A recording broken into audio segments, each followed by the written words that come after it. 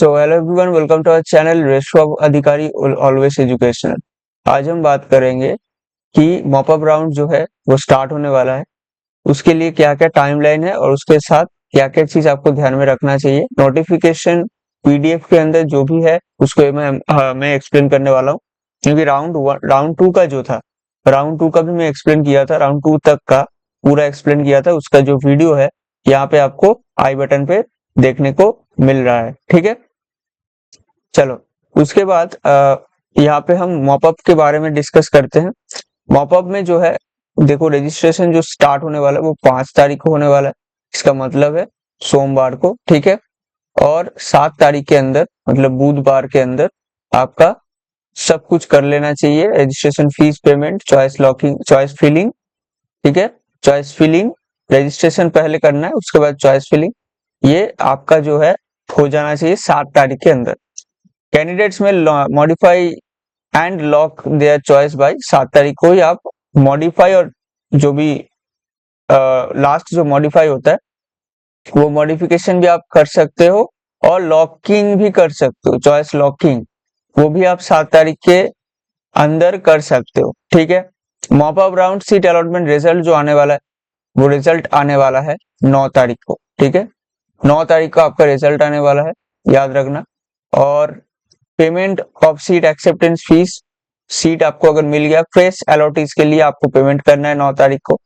अगर आप fresh allottees नहीं हो तो पेमेंट करने की जरूरत नहीं है, सीट एक्सेप्टेंस फीस आप पहले ही दे चुके हो। रिपोर्टिंग टू अलॉटेड इंस्टीट्यूट करना है जो भी, वो 9 तारीख से 12 तारीख के अंदर आपका पूरा कंप्लीट हो जाना चाहिए, ठीक है। और यहाँ पे candidates must contact the institute और visit their website to know their timing of detail requirement for admission, क्योंकि इसके बाद आपका वेरिफिकेशन वगैरह नहीं होगा, क्योंकि mop up is the last round for WBJE centralised counselling. तो उसके लिए आपको क्या करना है, डायरेक्ट अगर आपको कोई सीट मिला तो एडमिशन लेना है, नहीं मिला तो कुछ नहीं कर सकते। याद रखना, अगर आपको अच्छा एक सीट चाहिए, एक बेटर सीट चाहिए और कंफर्म एक सीट चाहिए, तो उसके लिए हम लोगों का एक यहाँ पे, तो उसके लिए यहाँ पे 299 प्राइस है। एक्चुअली ये प्राइस 399 का है, लेकिन सिर्फ आज के लिए ये प्राइस 299 किया गया है। अगर आप ज्वाइन करना चाहते हो, डेफिनेटली डिस्क्रिप्शन बॉक्स पे एक व्हाट्सएप नंबर रहेगा, वहां पे मैसेज करना, मैं आपको जहाँ पे पेमेंट करना है उसका डिटेल्स भेज दूंगा, वहां पे पेमेंट करना है, ज्वाइन हो जाना। रैंक कार्ड भेजना या नहीं तो रैंक डिटेल्स भेजना, मैं आपको PDF आज के अंदर प्रोवाइड कर दूंगा, ठीक है। तो इसके बाद हम चलते हैं, इसके बाद ये वीडियो का नेक्स्ट सेक्शन है जहाँ पे आपको नोटिफिकेशन में जो भी इंस्ट्रक्शन दिया गया है इसको यहाँ पे आपको देखने को मिलेगा, डिटेल एक्सप्लेनेशन। ये सबसे इंपॉर्टेंट है मेरे हिसाब से, इसको पूरा अच्छे से देखना, क्या क्या चाहिए, क्या क्या फीस चाहिए, मॉपअप राउंड पे कैसे बैठने के बाद क्या क्या क्राइटेरिया आपका हो सकता है, उस हिसाब से कैसे आपको एक्शन लेना है, सब कुछ यहाँ पे डिस्कस किया जाएगा, ठीक है। जो भी नोटिफिकेशन PDF में लिखा हुआ है उसको डिस्कस किया जाएगा, और ये इट्स वेरी इंपॉर्टेंट, ठीक है। मॉपअप राउंड जो है ये ऑप्शनल है, पहली बात तो ये है। मॉपअप राउंड आप पार्टिसिपेट कर भी सकते हो, नहीं भी कर सकते हो। एलिजिबिलिटी फॉर मॉपअप राउंड, इसके लिए 4 एलिजिबिलिटी रखा गया है। 4 eligibility is very important. First is all candidates allotted seats paid seat acceptance fees either in round 1 or round 2 but not taken admission. It's strictly mentioned here that you should not be taken admission in any college that you have got in round 1 or round 2. Round 1 और round 2 में जो भी college आपको मिला है, अगर आप उसमें एडमिशन ले लिए हो तो आपके लिए मॉपअप राउंड के लिए एलिजिबिलिटी मैच नहीं करता है, आप इनएलिजिबल हो मॉपअप राउंड में पार्टिसिपेट करने के लिए।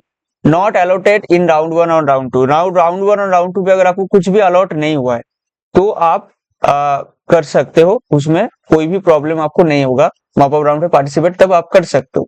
Candidates not register earlier, candidates अगर पहले रजिस्टर किया ही नहीं है सेंट्रलाइज काउंसलिंग के अंदर तब भी आप कर सकते हो, उसमें कोई प्रॉब्लम नहीं है। Candidates not all registered candidates except those who have been let to exit or withdrawn from the e counselling due to various reasons during previous rounds on grounds of eligibility of similar cancellations, ठीक है। Eligibility के हिसाब से अगर आपका कोई cancellation हुआ है, एग्जिट कर चुके हो, विथड्रॉ कर चुके हो, तब आप इस सब केसेस में के लिए मॉपअप में पार्टिसिपेट नहीं कर सकते हो। अदरवाइज आप मॉपअप में पार्टिसिपेट कर सकते हो। ठीक है, हाँ अगर आप एडमिशन ले लिए हो तब भी नहीं कर सकते हो। राउंड 1 राउंड 2 पे सीट नहीं मिला है, मॉपअप में पार्टिसिपेट कर सकते हो। और रजिस्ट्रेशन अगर आप नहीं किए हो प्रीवियस राउंड 1 राउंड 2 के लिए, तो फ्रेश आप मॉपअप में पार्टिसिपेट करने के लिए रजिस्ट्रेशन कर सकते हो। A previously registered candidate is required to pay 200 rupees and confirm his or her willingness to participate in the mop-up round। ठीक है, मतलब आपको विलिंगनेस बढ़ना है कि मैं मॉपअप राउंड पार्टिसिपेट कर रहा हूँ। अगर आप प्रीवियस काउंसलिंग के अंदर राउंड 1 राउंड 2 में पार्टिसिपेट कर चुके हो तो आप सिर्फ 200 रुपया दे के आप रजिस्ट्रेशन करोगे और आपका एक वहां पे विलिंगनेस होगा, वो आप सबमिट करोगे कि मैं मॉपअप राउंड में पार्टिसिपेट कर रहा हूँ। Once a candidate confirms his or her participation in the mop up round, the decision can not be reversed. याद रखना, स्ट्रिक्टली बोल रहा है कि डिसीजन यहाँ पे रिवर्स नहीं हो सकता है। सोच समझ के पार्टिसिपेट करना है तो उसके बाद जो सीट प्रीवियस का था वो तो ऑलरेडी कैंसिल हो चुका है, वो अलग बात है। लेकिन अभी आप यहाँ पे जो पार्टिसिपेशन कर रहे हो इसको रिवर्स नहीं किया जाए, जो आपको मिलेगा वो लेना पड़ेगा। ठीक है, इस सेंस से आपको आगे बढ़ना है, इस चीज को दिमाग में रखते हुए आगे बढ़ना है कि हाँ जो मिलेगा वो मैं लूंगा। ठीक है, इसलिए मैं बोल रहा हूँ कि इस केस में choice list is very important. ठीक है, अगर इस चॉइस लिस्ट को आप गलती या अगर आपका यहाँ पे हो जाता है मॉपअप में, तब इसको रिवर्स करना बहुत दिक्कत है। ठीक है, अगर you can not reverse it. A new candidate having a valid GMR in WBJ or in JEE Main required to pay। अगर आप नए हो तो आपको 1000 रुपया देना पड़ेगा। ठीक है, रजिस्ट्रेशन के लिए। All participants previously registered and newly registered in the mop-up round will have to give their choice of institute branches a phrase। मतलब जो चॉइस लिस्ट आप पहले बनाए थे, अगर आप रजिस्ट्रेशन राउंड 1 राउंड 2 के लिए कर चुके हो तो आपको फ्रेशली वो जो चॉइस लिस्ट है वो काम नहीं आएगा, अभी आपको फ्रेशली भरना पड़ेगा, ऐड करना पड़ेगा। लेकिन जो मेरे से काउंसलिंग कराए हैं उनको मैं राउंड 3 तक का ही दिया था। ठीक है, पीडीएफ दिया था, तो वो लोग क्या करेंगे, जो उसको मिल गया है उसके ऊपर का जो भी कॉलेज है उसको भर देंगे। ठीक है, क्योंकि वो राउंड 3 के हिसाब से बना है, तो इसलिए वो आप भर सकते हो डायरेक्टली। और आप अगर आपको कोई दूसरा कॉलेज चाहिए तो आप उसको नीचे रख सकते। ठीक है, the candidates must cautiously note that if he or she is allotted a new seat in the mop-up round, his earlier allotment, if any, will be automatically cancelled and the vacant seat will be allotted to other deserving candidates। The candidate can never claim his earlier seat back। previous seat आप claim नहीं कर सकते हो, simple बात है। If the candidate has paid the seat acceptance fee or cautious money 5,000 in any other earlier round, a new seat is allotted in the mop-up round, the seat acceptance fee paid to him will be considered for the new entrant।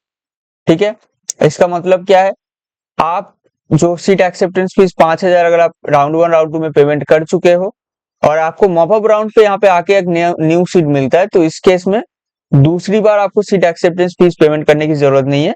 जो आप पहले कर चुके हो वो ही consider किया जाएगा new institute का अलोकेशन लिए।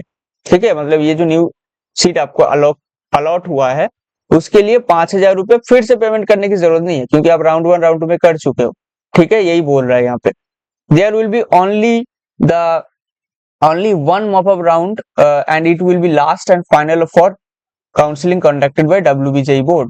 WBJE board के लिए मैं आपको बता दिया, centralized counseling is the last round for WBJE from the WBJE board।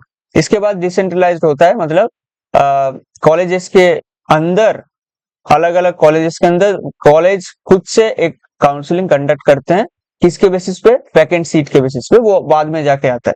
और वो जो डिटेल्स आपको मिलेगा वो कॉलेजेस के वेबसाइट के अंदर मिलेगा, WBJE बोर्ड के अंदर, मतलब WBJE वेबसाइट के अंदर नहीं मिलेगा, वो अलग से आपको देखना पड़ेगा। Therefore, WBJE board will hand over the custody of all vacancies to the concerned authority for appropriate action at their end। वही बात है कि डिसेंट्रलाइज्ड के लिए वो WBJE बोर्ड क्या करेंगे, जो भी दायित्व है वो कॉलेजेस के अंदर दे देंगे, कॉलेजेस का अथॉरिटी के अंदर दे देंगे।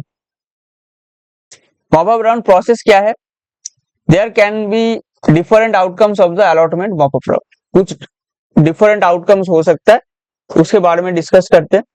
those who did not complete admission in round 1 or round 2 for allotment being cancelled during document verification or being allotted in second or later choices, and thus were eligible for mop-up round. If they get the allotment in mop-up round, they are required to complete the admission procedure at the newly allotted institute within the stipulated time.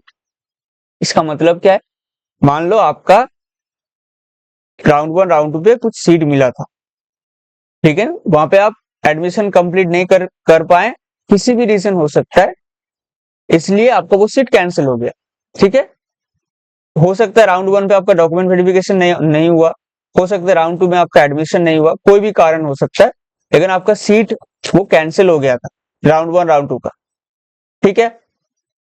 और आपको mop up round पे जगह मिल गया, मतलब eligible आप हो गए, mop up round पे बैठे, उसके बाद कुछ सीट भी मिल गया मॉपअप राउंड के अंदर, तब आपको कुछ नहीं करना है, एडमिशन करवाना है डायरेक्ट। इसमें कोई भी वेरिफिकेशन वगैरह मैं बोल दिया, इसका लोचा नहीं है, डायरेक्ट जाओ एडमिशन कराओ और एडमिशन लेके बस, ठीक है। और ये स्टिपुलेटेड शेड्यूल के अंदर करना है जो आपका वेबसाइट के अंदर मिलेगा कॉलेजेस का, ठीक है।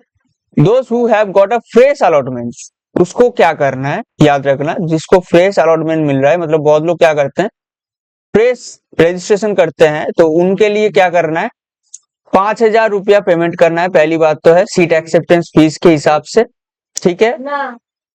और अगर वो मतलब फ्रेश है, मतलब वो प्रीवियस तो पेमेंट नहीं किए हैं, तो 5,000 आपको पेमेंट करना है।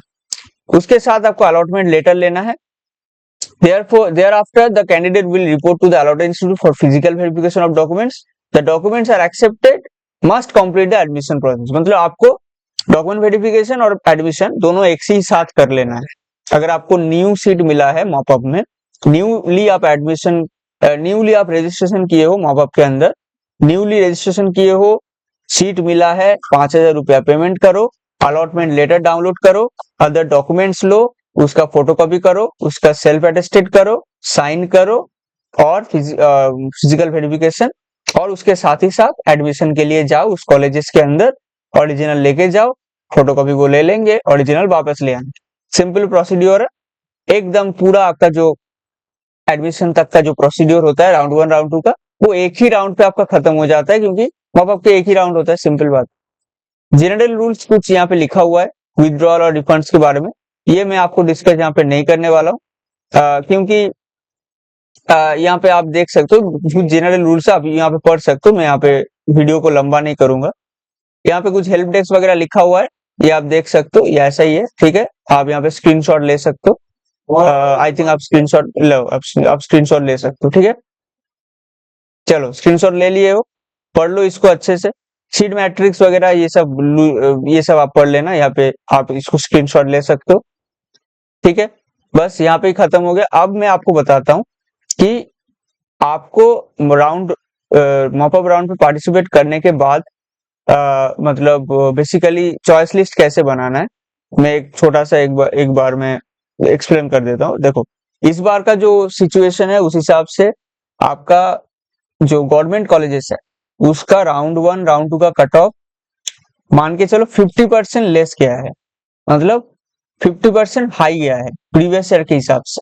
तो इसलिए जो आपको लिस्ट बनाना है वहां पे आपको इस चीज को ध्यान में रखना है, ठीक है, पहली बात। दूसरी बात, अगर आप प्राइवेट कॉलेज के लिए जा रहे हो, देखो कितना करीब आया है आपका रैंक के हिसाब से जो कॉलेजेस, उस हिसाब से उसका डिसेंडिंग ऑर्डर बनाओ और उसको फिलअप करो चॉइस लिस्ट के अंदर, ठीक है।